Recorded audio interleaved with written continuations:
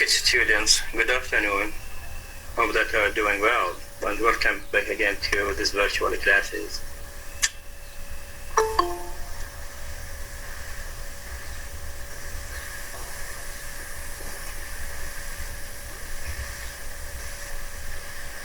Still, I have 65 participants. I don't know where other students. Anyways, today we have chapter 8 actually. We talked something about chapter 8. Who reminds me with the events in chapter 8? Chapter 8 actually we divided it into parts. Part 1 and part 2. In part 1, who reminds me with the part 1? Yes, good afternoon, sir. Ruqayya Haidar. Okay, please.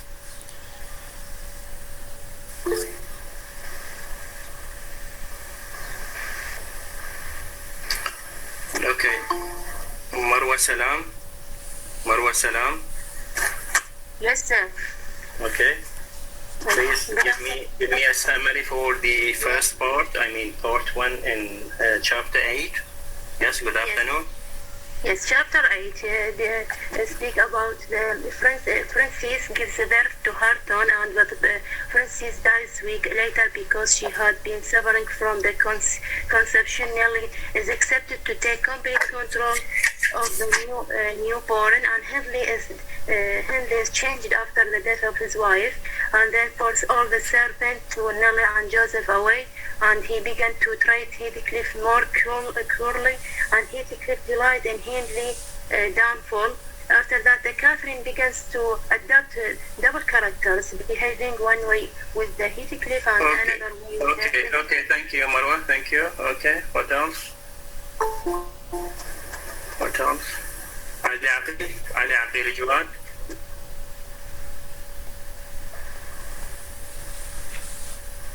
Ali Abdel.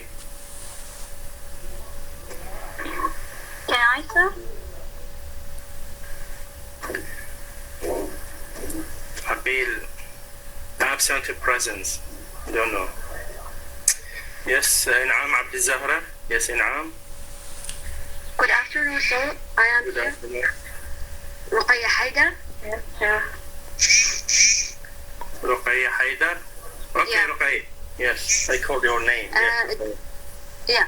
During the following summer of the Francis gives birth to Harton, but Francis days a week later because she had been suffering from the constipations.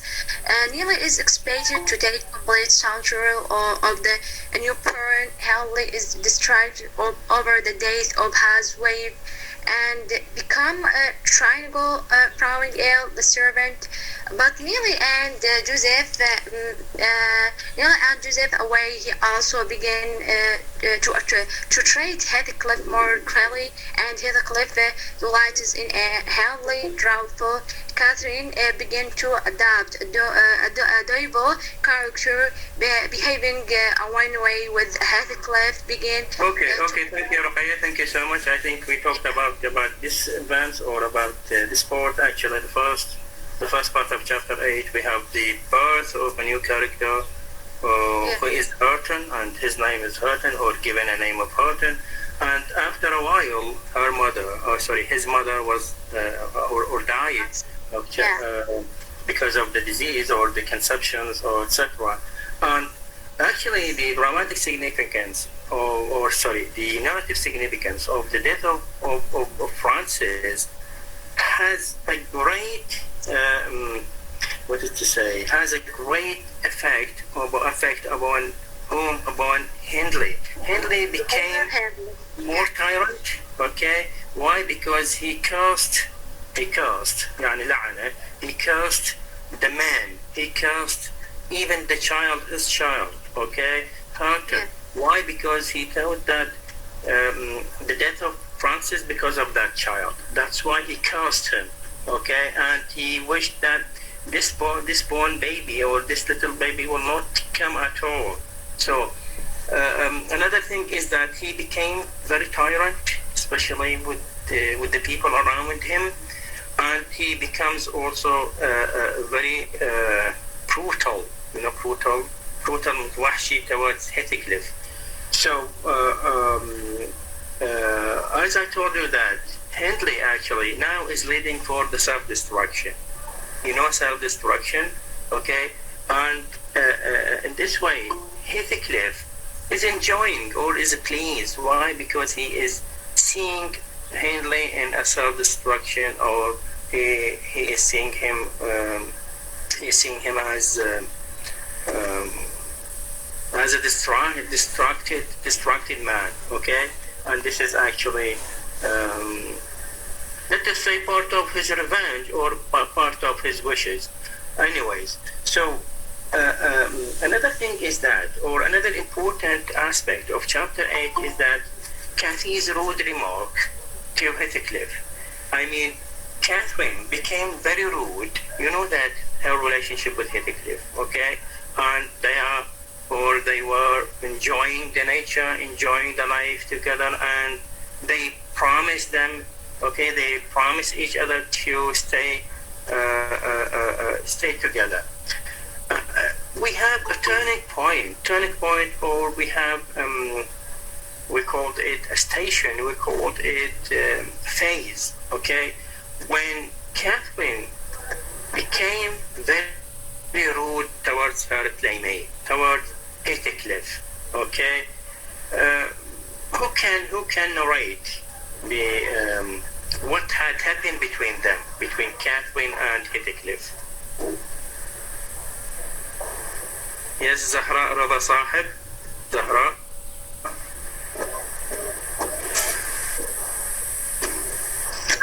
Yes, sir. Good afternoon. Yes, Zahra. Good afternoon. Begins, yes. Like in this chapter, Catherine begins to adopt two double characters, behave one way with Heathcliff and another with Benton. Yes. Heathcliff begins keeping track of how much time she is spending with Edgar. When he saw her, she wearing a dress, and Hindley is out of wuthering height, so Heathcliff didn't go to work and kept in the house. He asked to Catherine to spend his time. Okay. Thank you, Zara. Good. Now let me ask you that. Why Catherine in this, and actually in this chapter, or to this time, why she is acting in a double faces, in a double character? Why she is acting like this? Does she hate Heathcliff? Does she love Edgar? And why hate Heathcliff? Why does she hate Heathcliff? Why does she, for example, love Edgar? What do you think?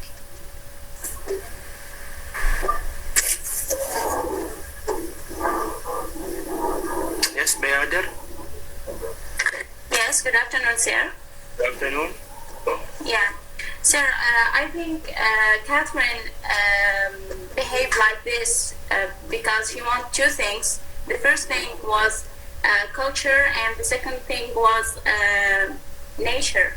Mm-hmm. Okay, because when we analyze the character of Catherine, we find it in this chapter just as a center character moves with split personality, where she draws two males and houses together.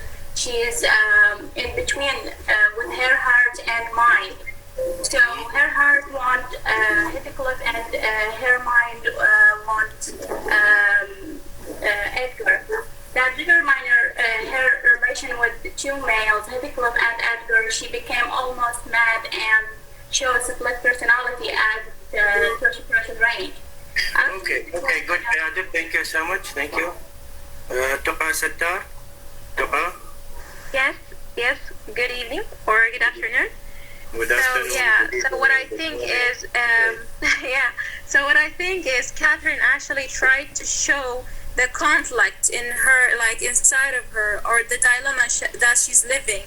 So we see that the novel is about this gothic feel, mood or like this gothic thing. So we can see now the conflict inside of the character or the dilemma that she's living in, and I guess she's hurting because she loved Heathcliff, and as she said, like it's like herself, or it's a part of him, her.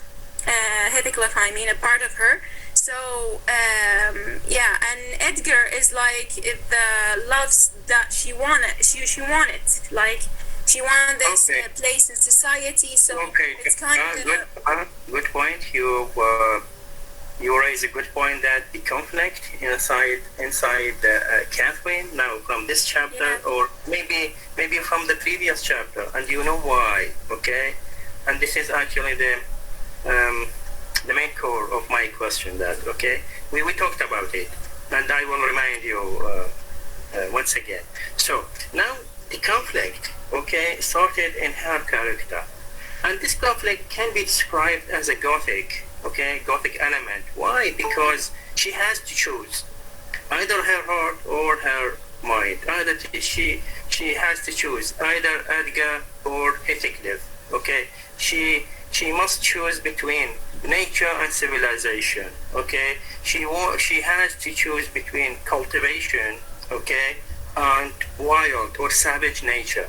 So Catherine actually has found herself in this situation, and the situation is very critical. The situation is very difficult because she has to choose either of them, and that's why it is described as a gothic. Now she is trapped, trapped between this and that, and this is not an easy situation, especially for a woman at that time, a woman living at Victorian age. And I think it is better to refer to Susan Gilbert and Gober, okay, and the book I gave you before the beginning of our sessions. This book actually, it is best describe the situation of women at Victorian age, okay? And Catherine was one character, or when I say Catherine, please, it is the novelist herself. I mean, Emily Bronte herself, represented by her protagonist, Catherine. So when we speak about Catherine now she is trapping, or she has trapped between her mind and between her heart, and between civilization and between nature, okay? And this is actually the core of the Victorian age. You know that in Victorian age we have two parts, or we have civilization and countryside, and how civilization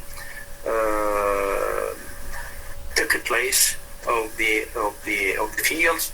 I mean, destroyed the fields. I mean, it went towards the green area, towards the countryside. And this is actually represented all in the Catherine's dilemma to choose either of them. Now the conflict actually began in the previous chapter. It began when Catherine went to thrash across the range, and now one consequence of this dilemma is that her rude treatment of Heathcliff. You know rude. Rude, it means rude. وقح. Yes, waqah. The rude treatment of Heathcliff actually it comes from the class discrimination.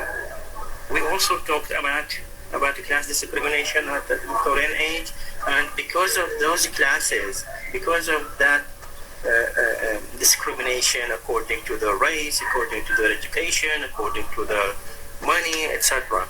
And the class or seen in the character of Catherine.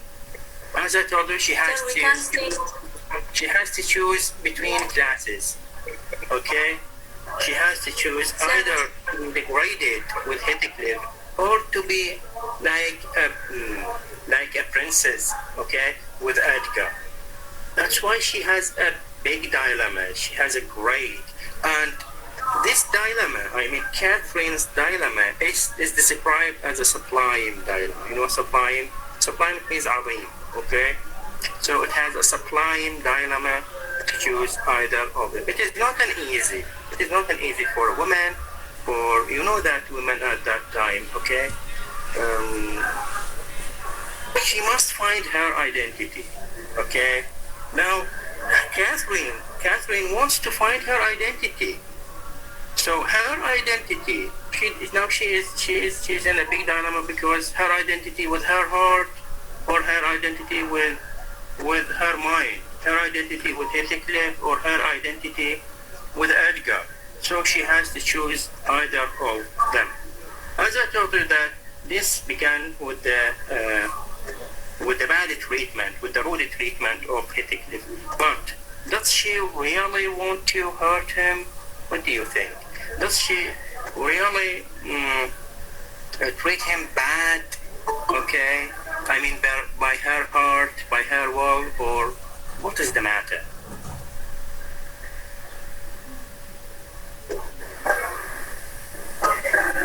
Excuse me, sir. Nur Ra'ad.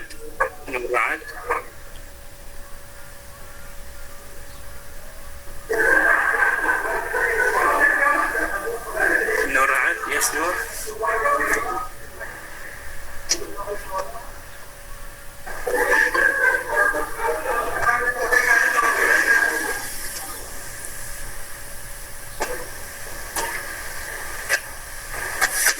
Yes, Nur. Are you there, Nur?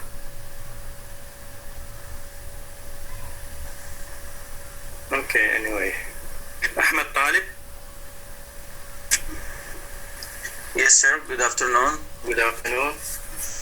Actually, sir, I don't think she wanted that, because if she wanted to hurt him or don't love him, she will not stay in the middle, and she will leave him without any suffering.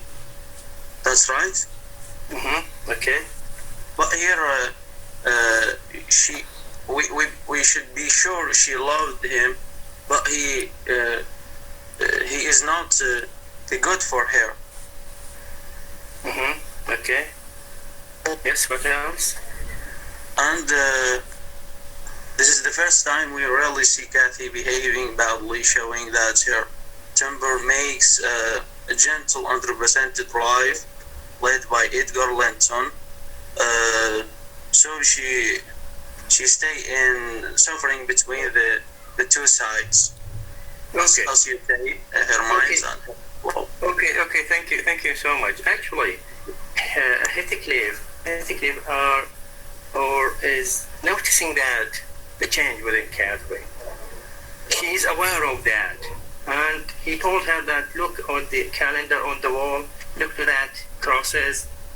He told her that those crosses you spend the time or the nights that you spend with whom? With Edgar. And that dots, okay,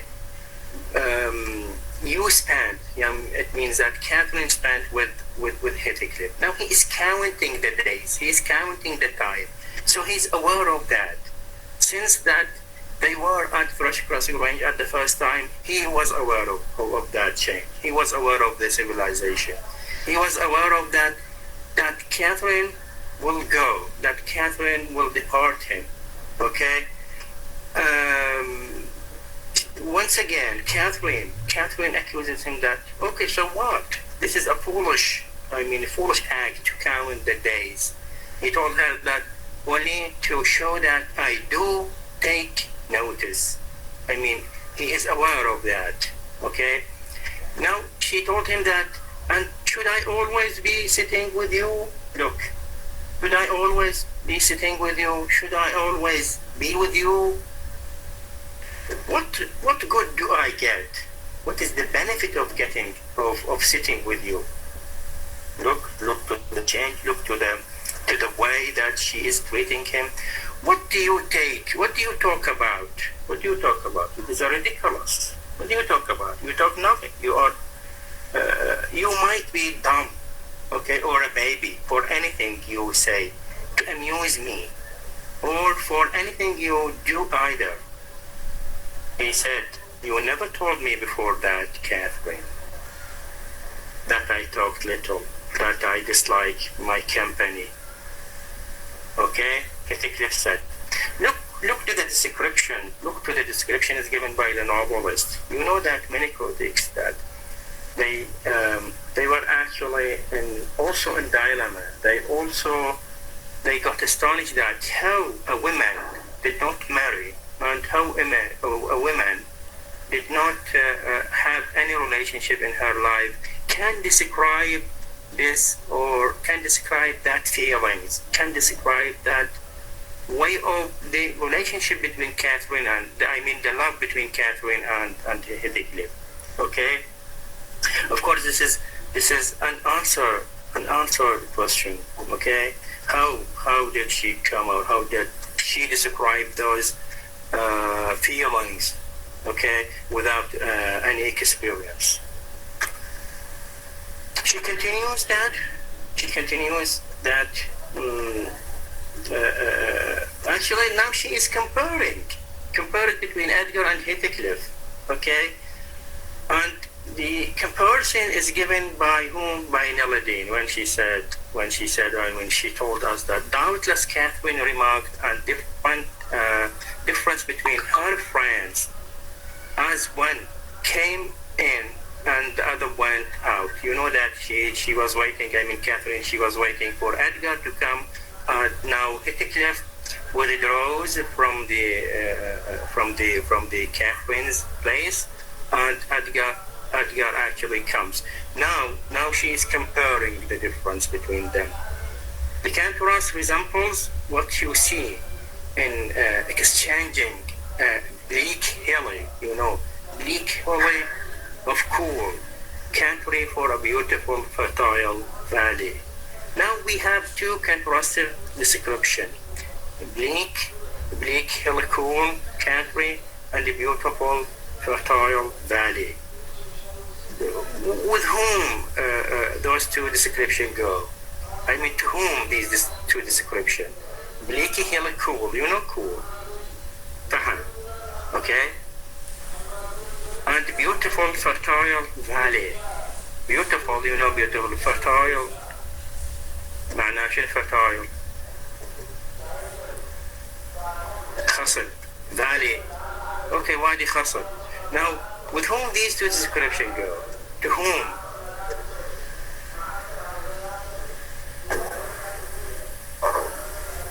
Fatma Jihad? Yes, sir. Yes? It's between Heathcliff and Edgar. She says that Heathcliff is like a black one and poor one, and Linton is a pretty one with a gentle voice. Okay. Yes. What else? Good. After this comparison between Edgar and... Thank you, Fatma. Thank you. Noor Raad? Yes, sir, I'm here. Yes, Noor?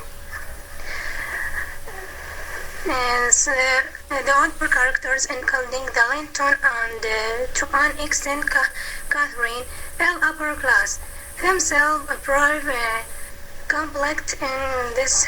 Please try to track with us. Please try to track with us. You are saying something and I said something else. The question is that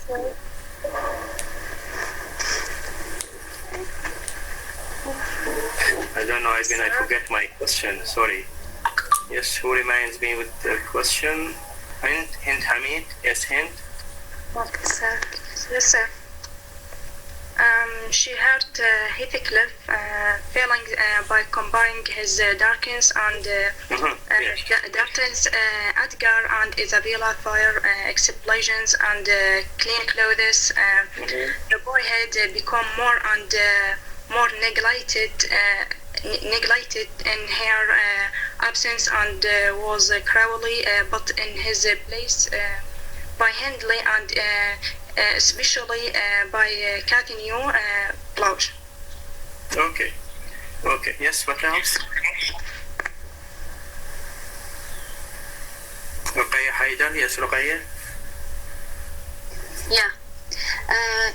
Catherine, she described Heathcliff as an arid desert. On the other hand, she likened her relationship to Edgar like Liv's feeling in the spring, but she married Edgar, so the conflict in this concept. Can you hear me, sir? Okay, go ahead. Yeah. Yes, I'm hearing you. Yeah. Described Heathcliff as an arid desert. On the other hand, as we say, she likened her relationship to the Edgar like Liv's feeling in the spring. Just that. Yes. Yes, you know the description. Okay, thank you so much. Now you have seen the two images. Okay, one is a cool. Okay, one is like a black. Okay, or a valley or a place of cool. The Mayan, you know Mayan, Manjam. Okay, and another side or another place is that the fertile, beautiful valley, and you have seen the difference between these two, and. Catherine actually is giving these differences, or the differences in her mind is based on the classism or class difference or class discrimination. For me, okay, for my opinion, she does not love Edgar, but she loves what? She loves the class behind him. And you will see that in the next chapter. You will see that Catherine will tell her heart or her opinion frankly to Nelly.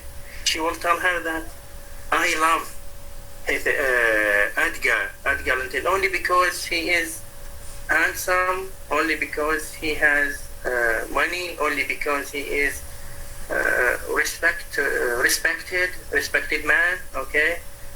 But I can't marry, for example, or I can't be with Heathcliff because Heathcliff is what? Heathcliff is degraded, okay, by my brother. Actually degraded by society. Why? Because he is from the low class of the society. That's why society is degraded him. Degraded means within. Okay, that's why the society is degraded him. That's why she couldn't or she can't marry Heathcliff. Maybe she has right. Why? Because once again, that the society is responsible for that. Okay, the bad rules or the bad treatment of women at that time actually also participated in producing such women who are running actually for social respect. You understand? So maybe she has a right, okay, and maybe she has no right. Actually, this is an unresolved question. This is without any answer. If you say that yes, she is right, okay. If you say that she is not right, okay, no problem. Because this is a human nature, and you know human nature. Human nature, we have experience. In human nature, we have feeling. In human nature, we have passions. If you study, for example, Shakespeare, the drama of Shakespeare, actually Shakespeare is a great writer. Why great writer? Because he put human nature before us, okay, in the stage or on the stage. Why? Because he can or he could show us the human nature of envy, human nature of passion, human nature of feeling, human nature of everything, okay? And we have wedding, for example, scene, and we have tragic scene, okay? This is a human nature, okay?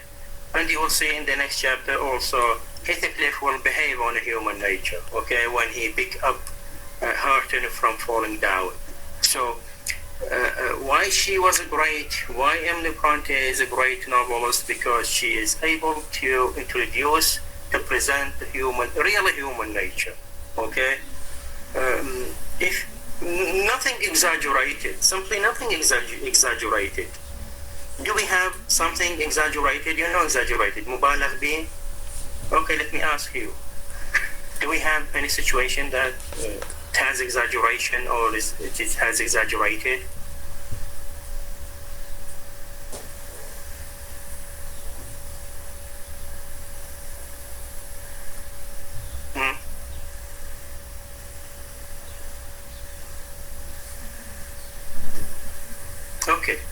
everything seems that from our life. Yes, Zahra Rada? Yes, sir. I think there's nothing exaggerated. I know there's conflict between her personality and Catherine's personality. Then, Catherine said that she will marry Linton because marrying Heathcliff would disgrace her. And she also foolishly believed that with Linton's money she could help poor Heathcliff. Catherine ambivalence about her new role and her continued identifications with Heathcliff suggests how profoundly as she is with her true nature. I think that Catherine Arenshaw is presented as powerful woman, but not even that could save her from downfall that her bold personality brought her. Okay, good. Good, yes, Bayader? Yes, sir. Sir, I think from these paradoxical images we can get Emily Bronte want or can be reflecting on the female's representation in the society. Okay, so the question is we wanted to raise a question: is a Cathy or is a Cathy ideal of or for the Victorian age by this description or by this contrast images? Because we know Catherine conformed to the Gothic stereotype as the become aware for the importance of social state, especially when she says that it all degrade to me to marry Heathcliff. The verb degrade. Yes, okay, thank you, Bayader. Good, Bayader, thank you. Yes, Ruqayya Haidar. Yeah. I think there is an exaggeration in this novel because Elda and Justek occurred on Heathcliff. Other than the contrast of the Catherine who lost everything, we found that some characters savor greatly, and other on the country, the injustice of Heathcliff. Okay, thank you, Ruqayya. Actually, I'm not with you when you have said that there are something, or I don't know which aspect is exaggerated, but simply it is Catherine, Heathcliff. We can meet them in our daily life, right? We can meet like Catherine, we can meet like Edgar, we can meet like Heathcliff, we can meet like Hindley. So nothing exaggerated in their personality and their character, and all the events actually also they are not exaggerated, nothing exaggerated. That's why it is called a novel of realism. You remember that in Victorian age or Victorian literature we have the literature of realism. Why? Look, realism is just like photography. Photography, just like a picture you take, for example, in your cell phone. When you take, for example, you took a picture for a scenery. Okay, this is realism. This is a reality. So one aspect or one characteristics of Victorian literature was a realistic literature, and this is realism. Nothing exaggerated, nothing odd. Okay, so she described the human nature, real human nature. The last point in this chapter, in chapter 8 actually, Cathy's and Edgar as a lovers. Okay, who speaks something about the situation, or who speaks something about that event, or that event when they declare themselves as a lover, or as lovers. Fatma Jihad. Yes, Fatma Jihad. Yes, sir. Mm-hmm. Yes. After what Catherine compared between the two of Heathcliff and Edgar, Edgar come to Cathy's home. After that. Excuse me, Fatima. Maybe we have another event. We missed it. Okay. Let's say this event and then we move to you. Thank you, Fatima. Excuse me. I can. You know that her rude rude nature, I mean Catherine's rude nature does not show or does not affect Heathcliff only. Okay? We have what? Another rude behavior from Catherine towards Nellie and towards even Edgar. Okay, who speaks something about that? Can I, sir? Yes, Zahra Ruba? Yes. When I think that the bad situation happened with Catherine toward, Linton and Neely.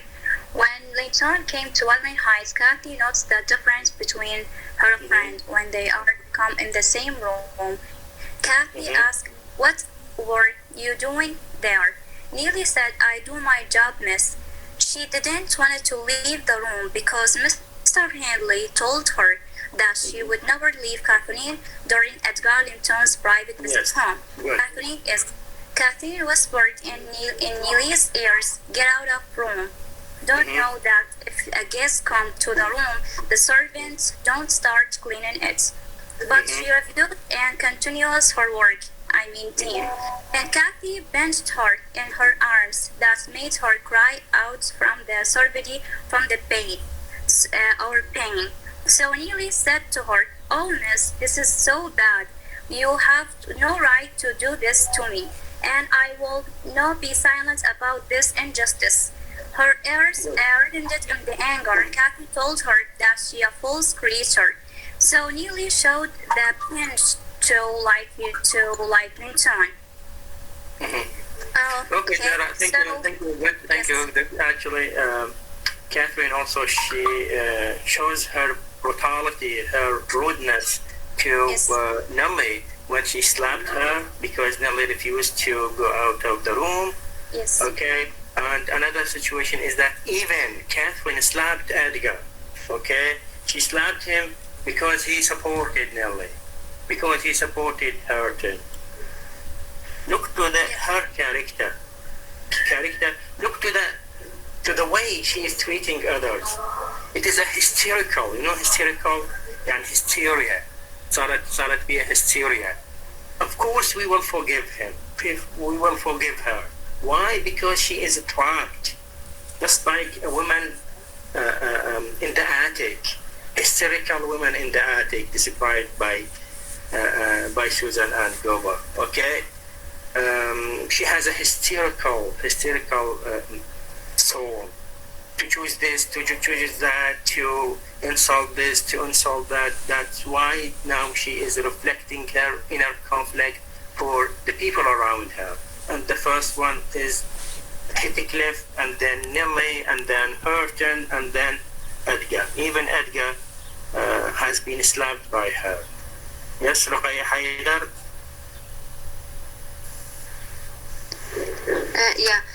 When Edgar comes to Earnshaw House, Mr. Henley was not there, and Nellie refused to leave Tim alone in the same room. So Kathy overtook her, and Edgar interview between Tim until Catherine hit him and started crying.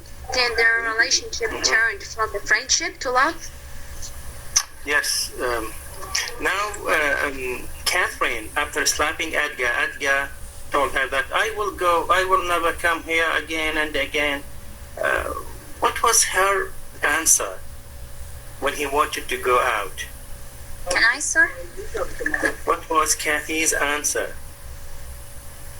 when Edgar decided to go out and he will never come back again? Yes, Farhat Abbas? Yes, sir. Edgar tries to stop it, but the Catherine boxes his ears. Shocked and defeated by Catherine's wild behavior, Edgar rushes from the house, but as he leaves his catches and glimpses of Catherine and captured by her beauty, he returns.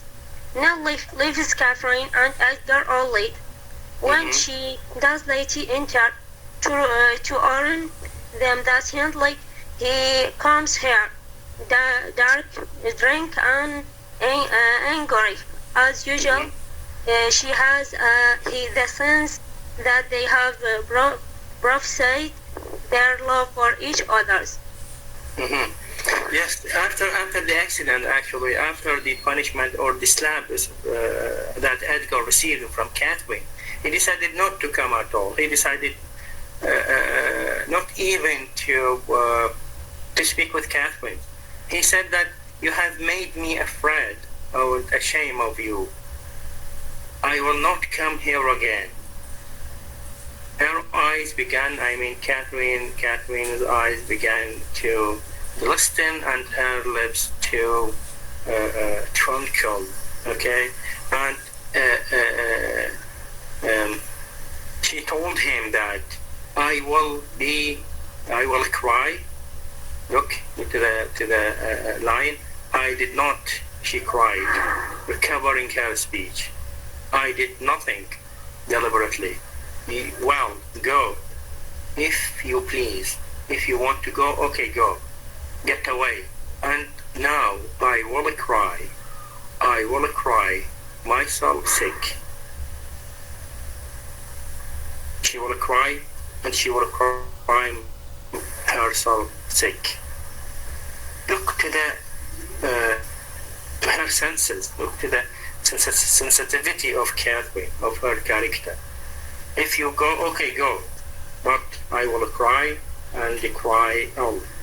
Actually, this situation will remind us, or you will remind this situation, remind this cry or cryness of Catherine in the subsequent chapters. Okay, when she will present herself only to punish Edgar and Heidegger.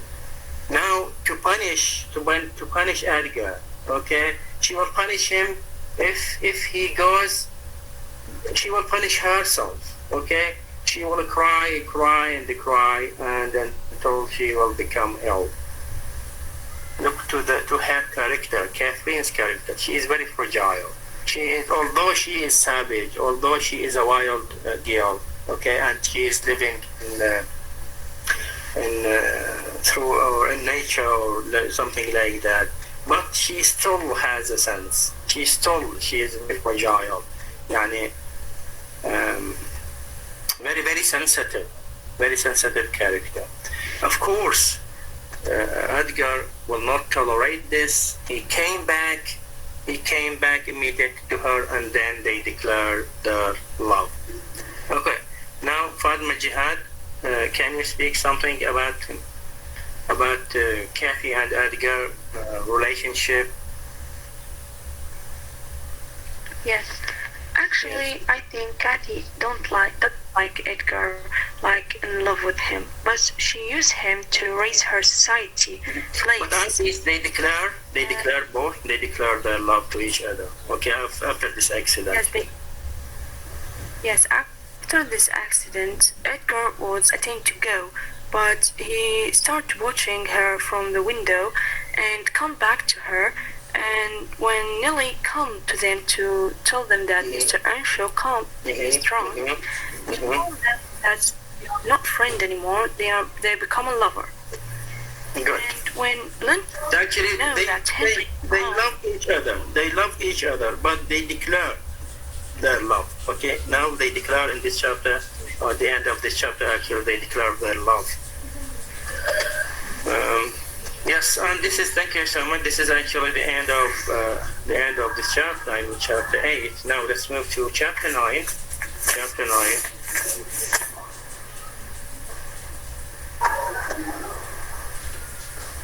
In chapter 9, actually, the first point we all see that is that the bad treatment of Hindley to the people around him. As I told you that, or as we mentioned that, all the characters, all the servants and wuthering kinds, they run away. Why? Because of the tyrannical power or the bad treatment of Hindley for them. He became a drunkard and he did not pay any attention for them. Okay, and his mode was very rude, and he became just like a beast, even towards his son.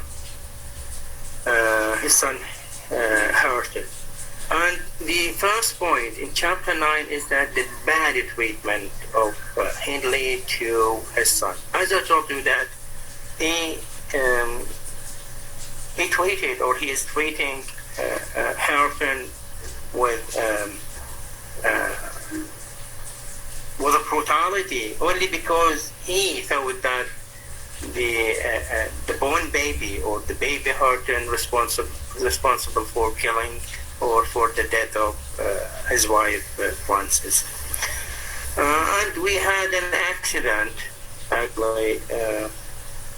Horton, Nellie, and Hindley.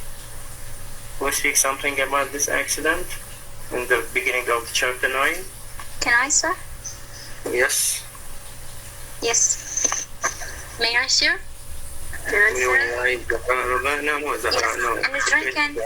تبارك عقيل.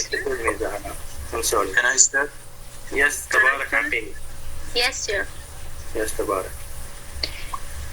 Now Heathcliff shall never know how I love him. He is more myself than I am. Whatever our souls are made of. No. Not Tabarak. Excuse me, Tabarak. No, at the beginning of chapter 9. Beginning of chapter 9. Hindley in the yes, sir. Yes. Hindley in the drinking state threatens Mr. Dean with a knife and Dangerous and Hurton over the streets, claiming he will break the child neck. The child struggles and Hindley drops him. Heathcliff, who has just walked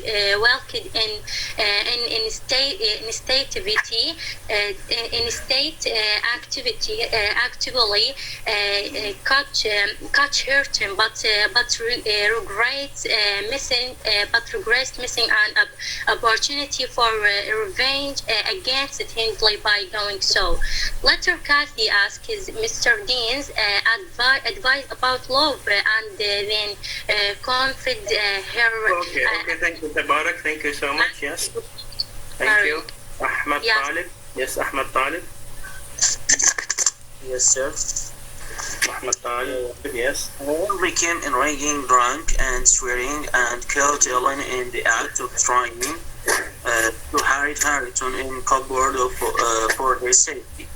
Hindley prayed him to make Nellie swallow a carving knife, and even tried broke between her teeth, but she bravely said she'd rather be shot, and spat it out. Then he took up Harrington and said he would crop his ears like a dog to make him look fiercer, and healed the toddler over the banister. Hearing Heathcliff walking below, Hindley accidentally dropped the child, but fortunately Heathcliff caught him. Looking up to see what had happened, he showed the interest Agonish and having made himself in the instrument of thwarting his own revenge. In other words, he hates. Okay, thank you, Ahmed. Thank you so much. Let's move to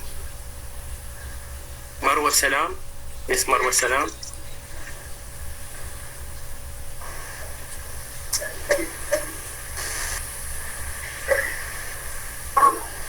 Okay, it seems that something wrong with Marwa Salam. Fatma Qasim. Yes, Fatma Qasim. Yes. Hindley returns home in a state of anger and drunkenness, looking for his son to welcome him. And when he sees Dean tries to hide his son of him, he grabbed Dean by the neck after he saw her trying to hide Hurton from him, and followed her and shouted at her and told her that a while ago he had thrown Dr. Kenneth into the Black Horse swamp, and that was okay to throw her too. And put the knife between the tip of her teeth and tried to make her swallow it.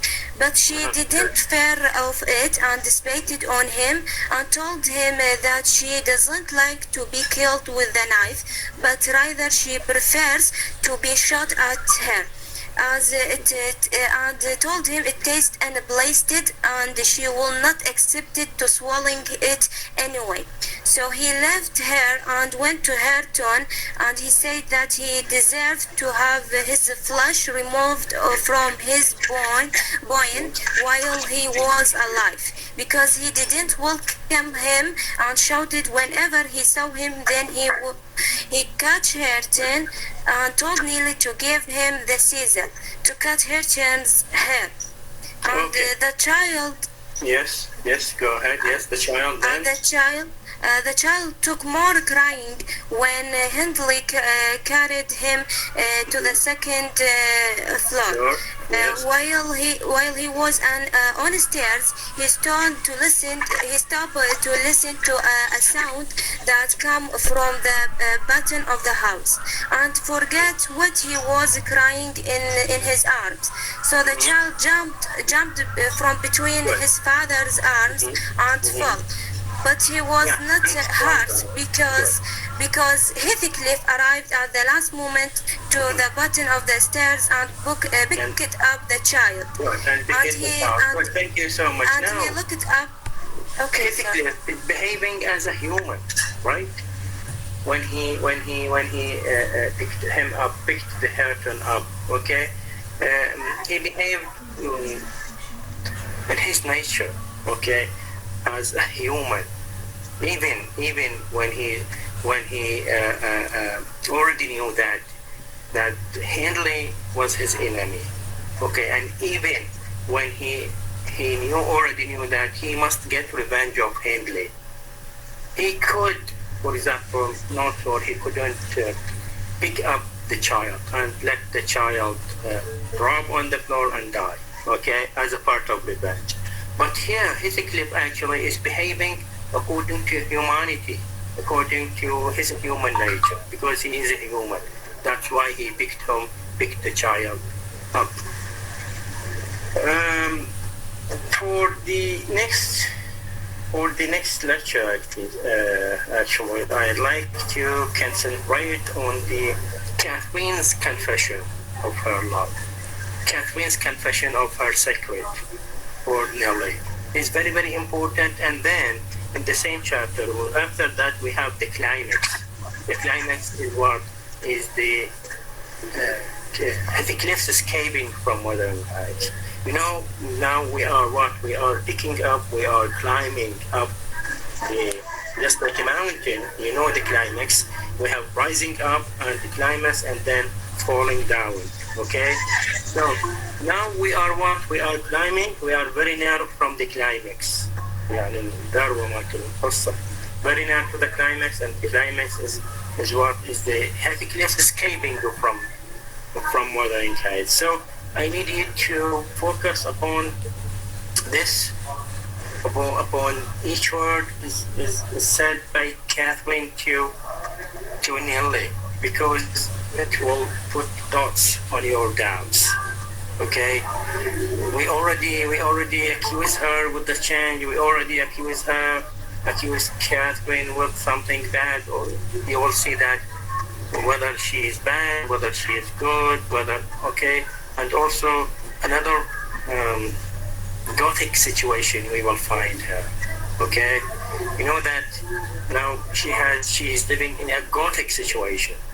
She is living in horror. She is living in terror. Okay, it's not an easy one. That's why it is a mad woman, like a mad woman she becomes. Please, we will stop at this point. So make too much focus upon this part. I mean the Catherine's confession about her secret to Nelly, and also the escape of Heathcliff, and then we have another chapter 10 for the next session. Okay, thank you so much. I know that this is not the time, but I have some work I have to do it. Okay, thank you so much. See you next time. Bye-bye.